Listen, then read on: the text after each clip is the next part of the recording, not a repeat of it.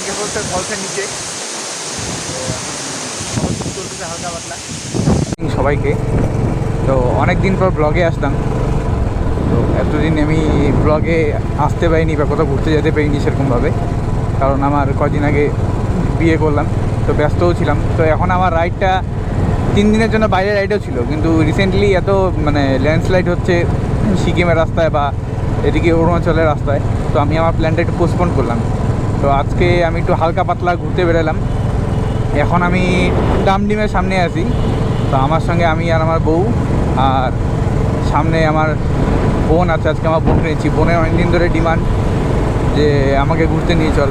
তো সামনে আমার এক ভাই আছে কৌস্তব। তো আমার 4 জন মিলে এই কালিম্পংয়ে আশেপাশে ঘুরতে যাচ্ছি।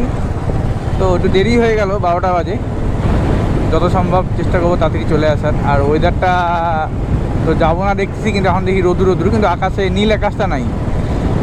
আর ওই সাইডে রাস্তা, আমি যে গ্যাংটকের রাস্তায় আমি যে দেখলাম ম্যাপে দেখি একদম পুরা ট্রাফিক বা ল্যান্ডস্লাইডে দেখছি। তারপর ফেসবুকে পোস্ট দেখছি। তারপর প্রেম সিং তামাং যে আছেন, যিনি সিকিমের সিএম, তিনিও বলছে যে আননেসেসারি কোনো ট্রাভেল করতে না সিকিমে আপাতত, কেন কি কদিন আগে একটা দুর্ঘটনা হলো।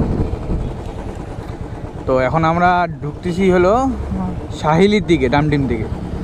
তো কৌস্তবের ডিমান্ড ছিল যে এই সাইডে যাবো, ওই সাইডে রাস্তাও খারাপ হয়ে গেলাম। চলো ঠিক আছে, আমরা লাভার খিলারি, লাভাতে যাবো আমরা শুধু ঘুরতে।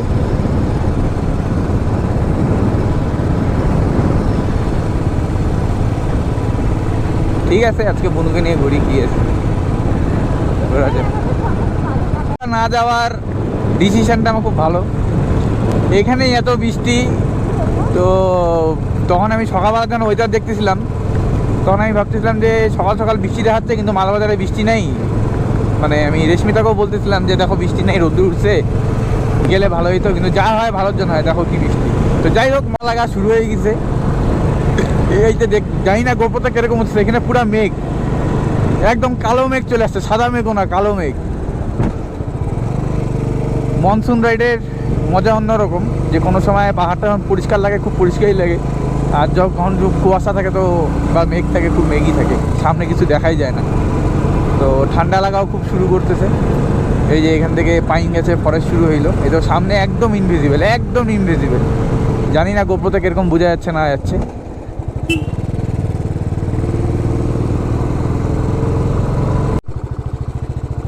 সবার প্রিয় শহর লাভা।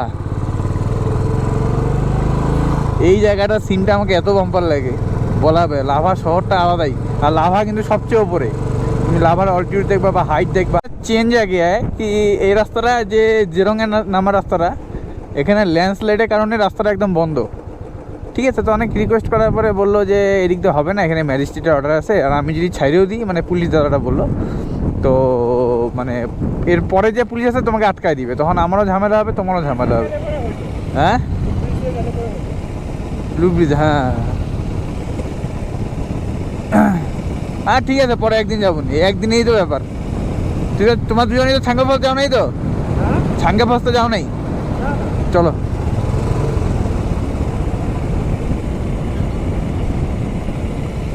तो এখন আমরা একটু प्लान चेंज कर, अभी थोड़ा प्लान में थोड़ा चेंज आ गया है। तो अभी हम लोग जाने वाला है ছাঙ্গে ফলস। এখানে একটু খাই নেই কৌস্তব। আসলে ছাঙ্গে ফলসের জন্য উঠলাম। তো এখানে আমাদের গাড়ি নাম্বার এন্ট্রি করলো। আগে এখানে টিকিট লাগতো 120 টাকা করে পার বাইক, তো এখন সেটা লাগে না। ঠিক আছে, তো এই রাস্তা থেকে মোটামুটি 14 কিলোমিটার। এখানে কৌস্তব আমার বোন, এখানে রেশমিতা। তো যত তাড়াতাড়ি সম্ভব এখন যাওয়ার চেষ্টা করব। সামনের থেকে অফরোডিং শুরু হবে। চলো তাহলে যাওয়া যাক।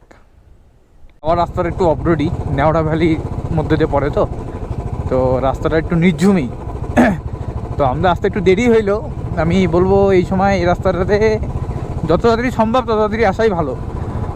এটা মোটামুটি রিটার্নের টাইম, যত কেউ এখন দেখতেছি মোটামুটি রিটার্নই করতেছে। তো আমরা ওইখানে বেশিক্ষণ থাকবো না, এখন 2:30 কাছাকাছি বাজে, যে পৌঁছতে পৌঁছতে 3:30 বাজে, আধা ঘন্টার মতো থাকবো। ওই 4টা সময় রওনা দিব। তারপর লাভা রাস্তা উঠে গেলো, তার চিন্তা নেই। এই রাস্তা একটু অন্ধকার হইলে একটু চাপ। ঠিক আছে, যাওয়া যাক। পেছনে কৌস্তব আছে, আসুক।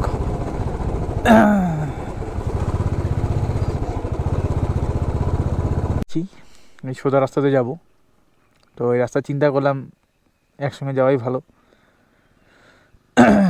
রাস্তা সই যে রাস্তা, একটু আগে রাস্তার মধ্যে সাপ ক্রস হচ্ছিল, একটুর জন্য হয়তো কিছু একটা হয়ে যেত। তো সামনে একটা গাড়িওয়ালা দাদা ছিল, খুবই ভালো। ও বললো যে দাদা একটু দেখে সাপ দেখি, মানে ইউনিক কালারের সাপ, সবুজ কালার। তো আমাকে বলছে সাপ, আমি শুনছি বাঘ। ঠিক আছে, যাই হোক, আর 2-3 কিলোমিটার রাস্তা, তাড়াতাড়ি একটু ওয়াটারফলটা দেখে রিটার্ন। ঠিক আছে, অনেকদিন ধরে আসা হয় না, আসি অনেকবারই, 5-6 বারই। এখন কি সিন, এই সাইডে পুরা কালা, এই সাইডে নীল আকাশ। যাই হোক, ছাঙ্গে ফলসে তো এখানে পার্কিংয়ের জন্য। তো এখন এই সামনে আমার কোস্তব, দুজন আমরা এখানে বাইক পার্কিং করলাম। ওখানে আমার বোন আর রেশমিতা দাঁড়ায় আছে। তো রেনকোটটা খুলে নিই, একটু নামতেও হবে, চলো যা। তো এখন আমরা এখানে ট্রেকিং করে করে নামতেছি। এই যে আগে আমার বউ কোস্তব, এটা আমার বোন। ওই দাঁড়া, ওই ওই রেস্ট করি না।